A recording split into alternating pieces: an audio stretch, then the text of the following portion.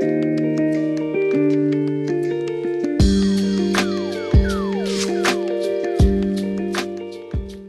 back to the channel, guys. Today we're back on the adventure van and we're working on one of the most important parts of the build, for me at least, and that's storage. When this got broken into, it was pretty simple for him to take all of the stuff that I actually considered pretty valuable, like all of the overland extraction gear, the straps, the D-rings, the stuff that realistically you need at a minimum. And our problem is that it was just kind of all over the place. I hung it up against the walls and stuff like that so it would flop around, but it was very out in the open and very easy to access. So today what we're gonna do is hopefully some hidden storage right here under the bench, because I want to utilize every square inch of this van, but in a way where it's not cumbersome either.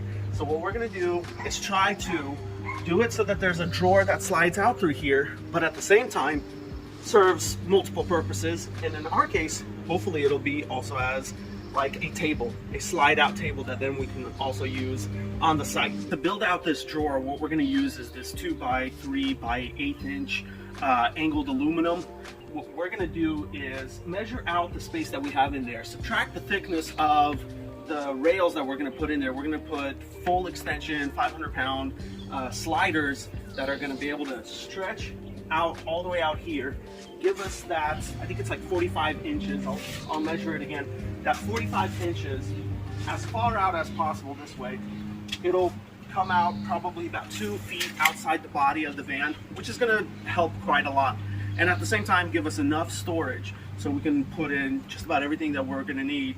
Like I said, straps, D-rings, a little hatchet, whatever else we might need on the site whenever or wherever we go.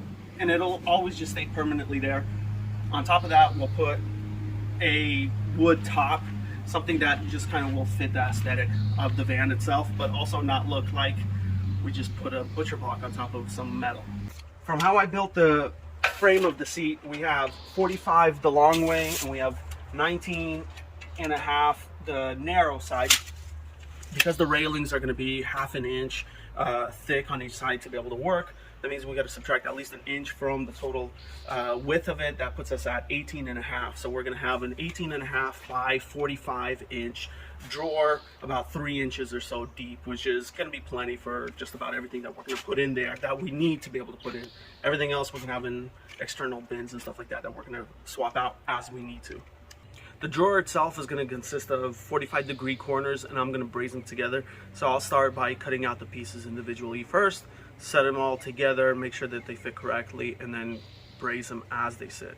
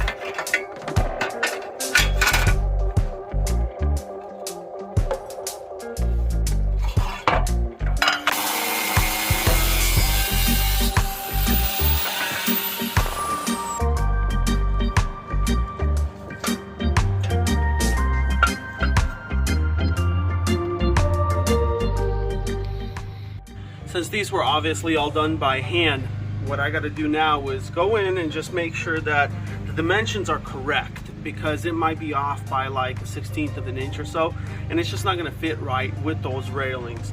So what I'm going to do is come in and bevel all of the edges so that all of that aluminum fill will go in properly into all of these joints, and also make sure that the dimensions of the piece itself is correct. To make sure that the piece is nice and square, I did just kind of tack it together, and then what I'm gonna do is go around and really put heat into this thing and see if we can braze all the corners together nice and tight.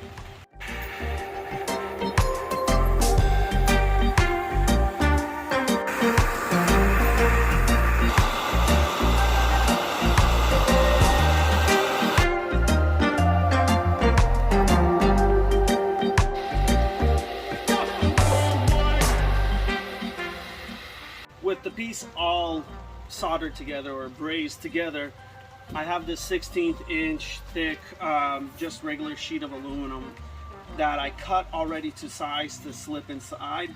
I'm not going to braze this to the main frame because it's going to be nearly impossible to get enough heat for that brazing rod to actually go down in and melt. So what I'm going to do is for each corner I'm going to put about 4 rivets in it, and that should actually add to the rigidity of the piece and just make it plenty strong for whatever we're going to throw at it.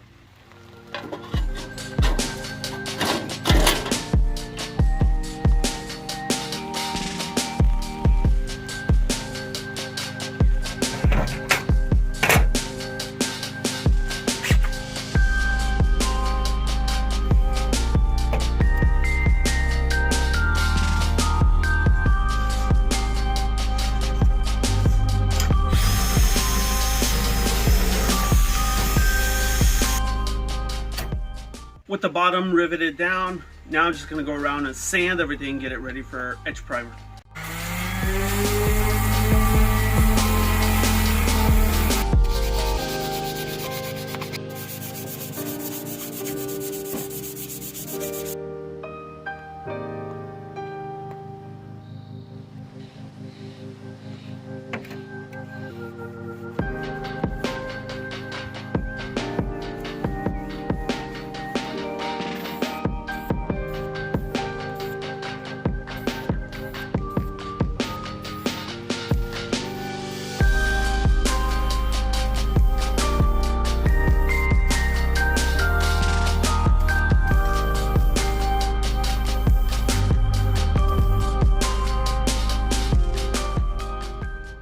We're going to let this dry out.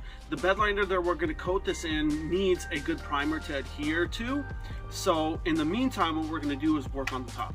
So normally you would use furniture wood for what I'm about to build, but these have been in storage for almost a year, so they are going to be as stable as they could be. What I'm going to do first is cut them to length because they're going to be easier to run through the table saw. Then we're going to cut off the corners, and then from there we're going to glue it up so it's nice and flat for our slab.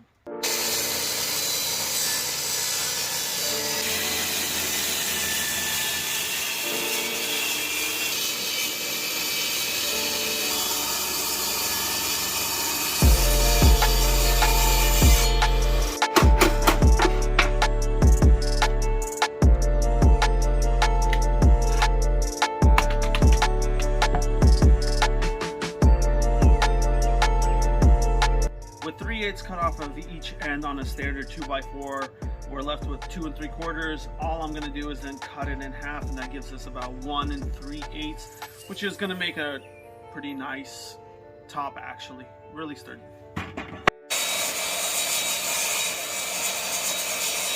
With all of the pieces cut now to size, what I'm going to do now is go in and find all of the best faces, and those faces are what's going to be looking upwards from the tabletop. What I'll do is, because my table saw is nice and flat, I'll face them down, and then after I pick them through, what we'll do is go in and glue them, clamp them together, and make that slab.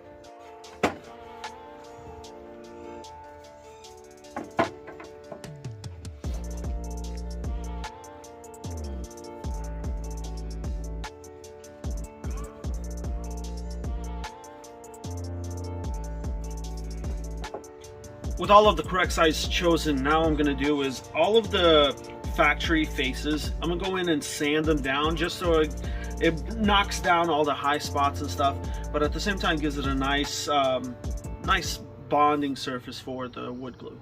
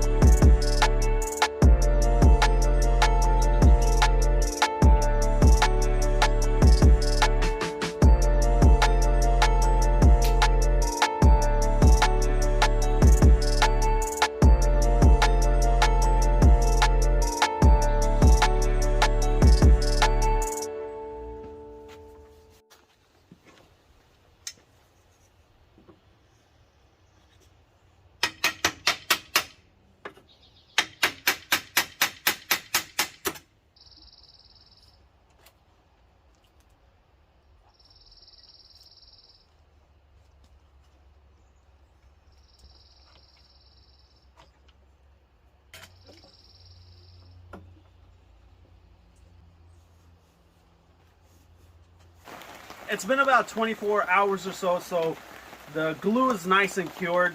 Now what I'm going around and doing is scraping up all of the like drip marks that have hardened out with a razor blade. Then I'll come in with a plane and kind of even out the surface as much as it will with the plane itself, and then come in and sand it nice and flat. I don't have a big planer that would fit this slab, but if you do it carefully with just a hand plane or even the electric plane that I'm going to use, and then come back with the sander, it'll come out plenty flat enough, especially for our use.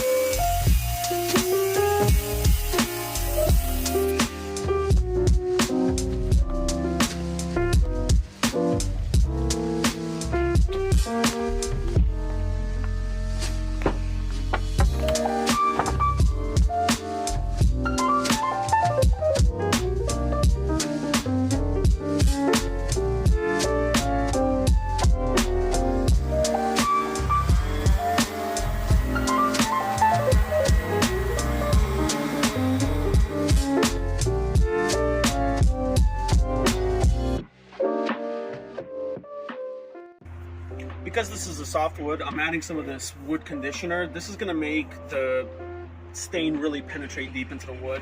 Going to give it a lot better finish.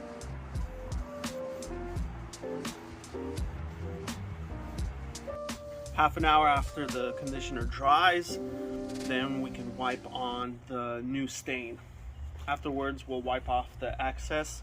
That's why it's looking kind of blotchy, but it'll turn out great.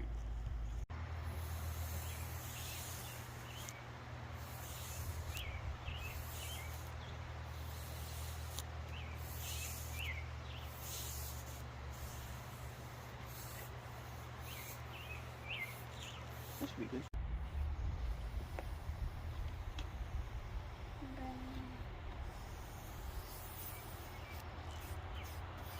This is with the bed liner sprayed on it.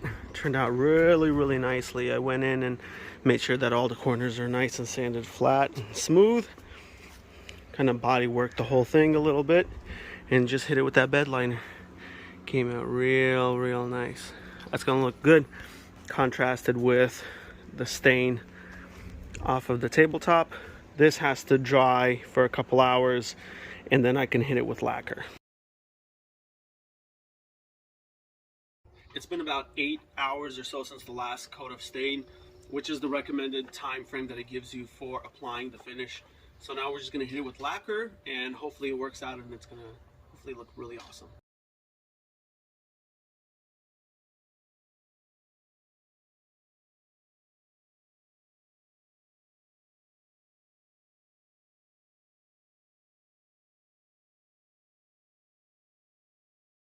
After the first 2 layers, I let this dry overnight and I came in and sanded it with 220 and then put one more coat of the lacquer on it.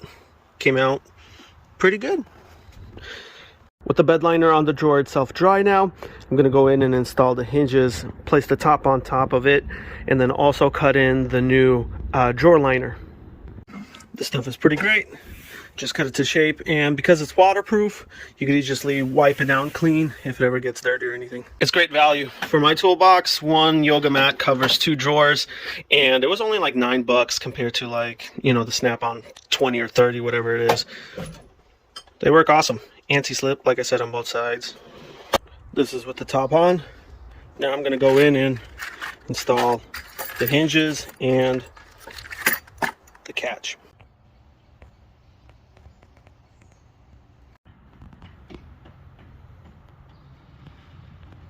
As you guys can tell from the B-roll, it came together really nicely. The latch works fantastic. It's nice and tucked and hidden. The screws are nice flush mounted. The drawer liner looks really great. Cut that really perfectly. The hinges are fantastic. They work as they should and they look good with the flat black and everything.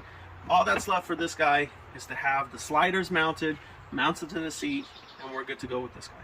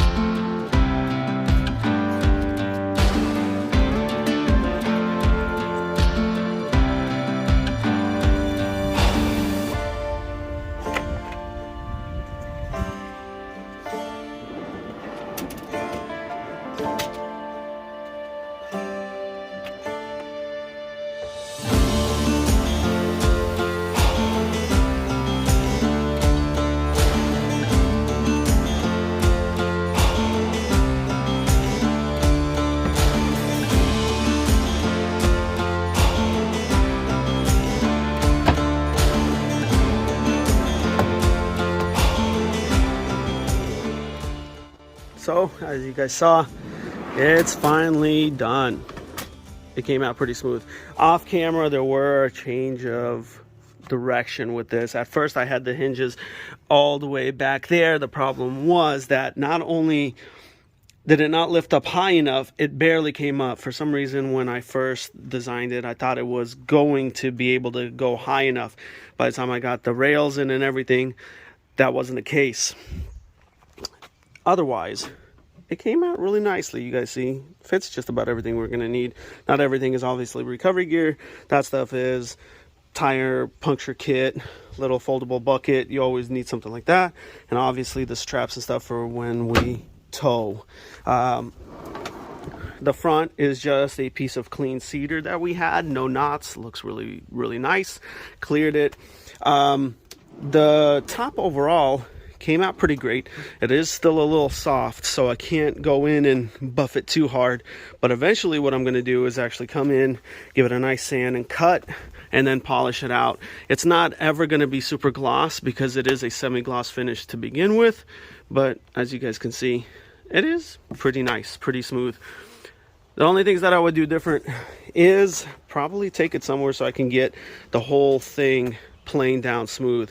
It is a pretty big piece, so even those bench top planers are not going to be able to handle this big of a slab, but maybe those bigger shops have something that can do it. That would make it come out just about perfect. Handle we got just from Lowe's. When we saw it, it looked kind of this robust, kind of rugged look, and we thought it's going to look good for this type of rig.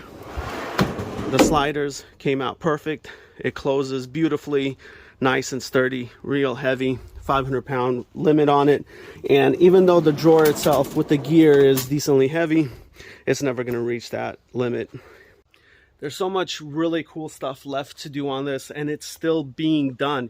In the background, I have been working on the bull bar and the winch. All of that stuff is actually ready to install with a custom front winch mount that's tucked behind the bumper so you won't ever see it. It looks really cool, really neat, and I can't wait for you guys to see it and let me know what you think. Let me know what you think about the drawer. Would you guys have done it? I think it's a major success.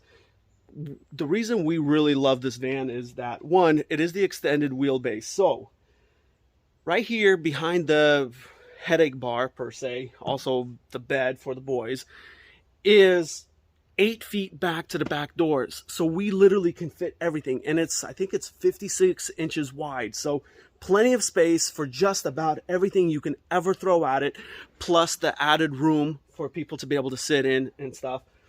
It's going to make road trips awesome. Plenty of room to store anything you would need for any sort of trip anywhere. It's kind of a joke to see these guys in their pickup trucks, the Cummins guys, the Ram 2500 guys who can't even fit a full pallet in. Hilarious. I don't want to be that. I don't want to do that. And at the same time, I don't want to build a van where it's all packed with clutter, where you can't fit anything and can't actually use it as a van. We do use this to haul material, Home Depot, Lowe's, whatever it is. We haul a bunch of stuff in there. You guys saw we loaded up that giant compressor and full of other stuff. And that's what it's meant for. That's what it's designed for. And I want to keep it that way, but also add all this extra usability and comfort. If you guys like it, let me know. Any comments, questions, or concerns, anything for the good of the order, leave it down below, and I'll catch you guys on the next video.